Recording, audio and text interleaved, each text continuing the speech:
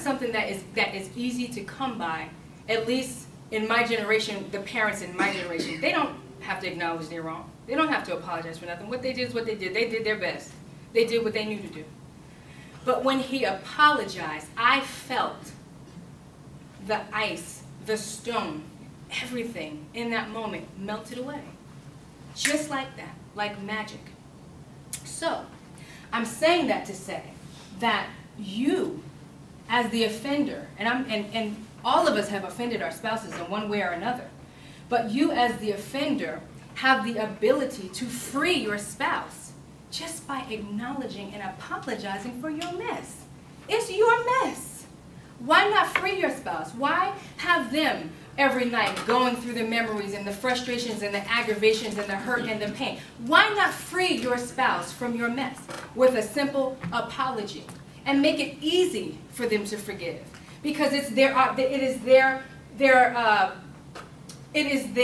have to forgive. God said we have to forgive, right? And if you want to live a life that honors Christ, you're going to forgive.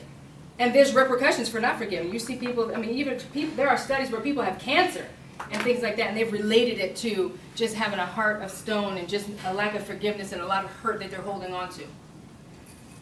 I want you to realize how important you are to your own spouse's healing and restoration so that you can move forward in intimacy, because that hurt is really a blockage. Since then, I've been able to talk to my father, hug my father, be in the presence of my father. No, he's not perfect. He knows he's not perfect. He has issues.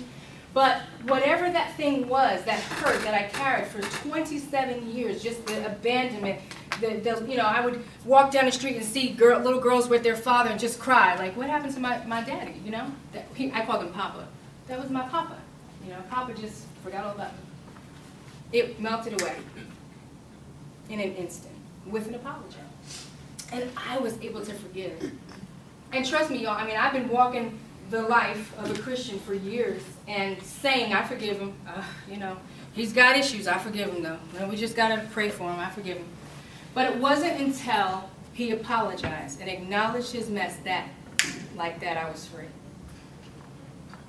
And if you can do that, then you can open the door for all kinds of levels of intimacy, talking about all these issues openly. Because those things on the board, those issues on the board, some of those things you both disagree hardcore on and can't even talk about it.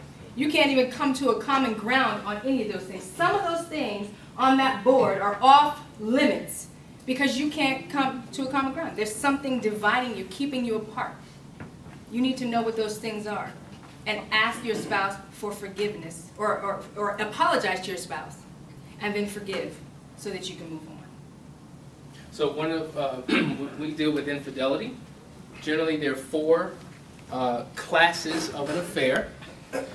Class number 1 is what we call the one-night stand. That's, you know, we went to Vegas. What happens in Vegas stays in Vegas. I went to Jamaica, and whatever I did there stays there. I went on a business trip, met a woman, had sex, no emotional connection. That was it. We move on. One-night stand.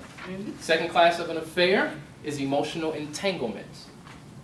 All right? So it doesn't always have to be sexual, but we connect it. Remember we talked about working for 8 hours a day? You ever heard of the term, my office spouse? Have you ever heard that before? Yeah. Emotional entanglement. You know, an affair never starts in the bedroom, it ends in the bedroom. First it starts with an emotional connection. You become so interwoven with someone's heart and their mind and their emotions that that's almost harder to jump back from than a physical affair. Number 3, sexual compulsion. There's just something physically, biologically that you can't control that keeps you going out again and again and again. And what you get from your partner is not enough. You got to have more, and you got to have more, and you got to have more. Sexual compulsion. And number 4, what Danielle's talking about, open-ended marriages where there are issues that have not been resolved. And if there's an issue that has not been resolved, and if there's a need that is not being met, then I will find someone, or I will stumble across someone who will meet the need in me that's not being met by my partner. So if there is an issue between us, then there's a problem. So our sex was affected because of relational issues. That shrunk her sexual desire. And it wasn't until we resolved those issues that all of a sudden her desire began to come back. So if there are issues that you haven't dealt with, I'm telling you now, it's going to impact your sexuality. So we're talking about sex. Now, as it relates to sex, you have to understand that there are 4 purposes for sex. 4. Number 1, procreation. Right? Number 2, recreation. Number 3, communication. Number 4, release. Sometimes you just need to release. You just have all of this stuff built up inside you and you need your partner and you just have to release. Sometimes you just want to have fun. You want to be recreational. You just want to have a good time. You want to switch it up. You want to do something different. And you just go at it. Then sometimes sex is a form of communication. You know, we talked about body language. Well, that's where sexuality comes in, because you can communicate your love and how you truly feel through your sexual interaction with one another. And obviously procreation, we know about that. So when you keep these 4 purposes in mind, it kind of helps you in your marriage, because some people are one-track minded, one-dimensional minded, and have been taught and indoctrinated to believe that the only reason, the only purpose for sex is to produce. So if the purpose is just to produce, because I know couples that will admit, you know, look at our number of kids. We have 7 kids, and we only had sex 7 times in our marriage. And every single time was the time we got pregnant, and that was it. Beyond that, that was it. And so they had a horrible sex life. You would think that they had a great one because they had all these children, but that's what they came into the relationship with. And one of the challenges that we have as Christians, if you've been born and raised in the church, you've been taught all your life that sex is evil, sex is wrong. You know, you come in with this negative perception of sex, right? Because as a single, you're not supposed to have it, which you should not. But if you've been taught, no, no, no, do this, don't do that, and you have all of these psychological, biblical, indoctrinated teachings that are one-dimensional, once you say I do, you don't go through a metamorphosis and all of a sudden you become somebody different. You don't go through a transformation of your thinking. You bring your single self into your married life.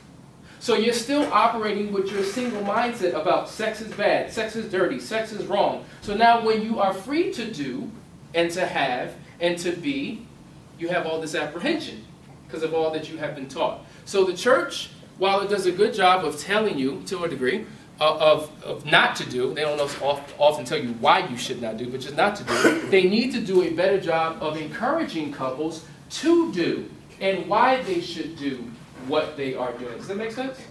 So it's really changing your mental mindset. Now, as it relates to sexuality, there's certain marital patterns or sexual marital patterns that a lot of couples fall into. Now, one of the things up here was frequency. And what we know is that, generally speaking, when you first get married, that's when you have the most sex.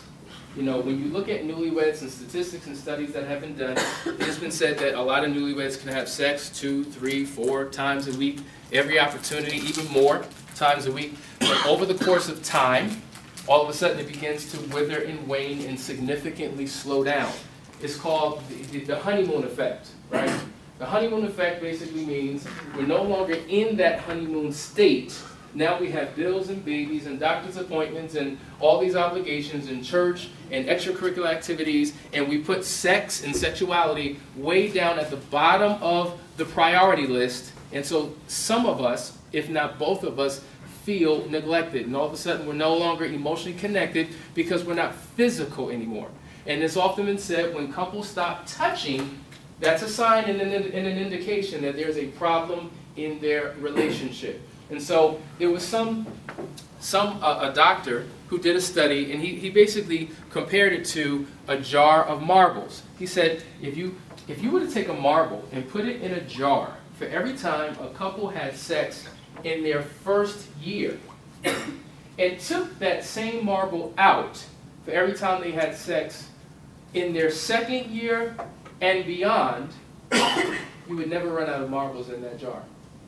So the frequency, generally speaking, is not as consistent the longer you're together because of what? Newness. There's no more newness. And that's what we kind of want to talk about, bringing newness back into your relationship. And so what happens is we have a now you see it, now you don't sex life. We go from 100 miles an hour to 0. And so when it comes to the marital sex patterns, there's a few sex patterns that we want to acknowledge and talk a little bit about. If I can find a marker. Where's the marker? Right there. Oh, there we go. Thank you. Okay. Marital sex patterns.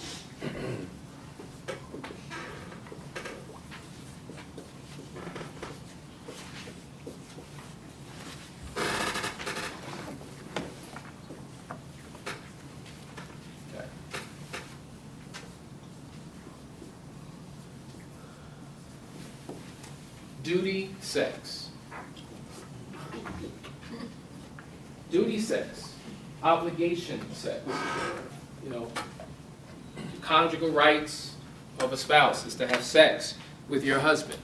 And when it becomes a duty, when it becomes a chore, it's no longer a delight. It becomes, this is my responsibility. It takes on a different tone. Now, yes, the scripture is very clear that your body does not belong to you. Right? And so you should not deprive your partner or your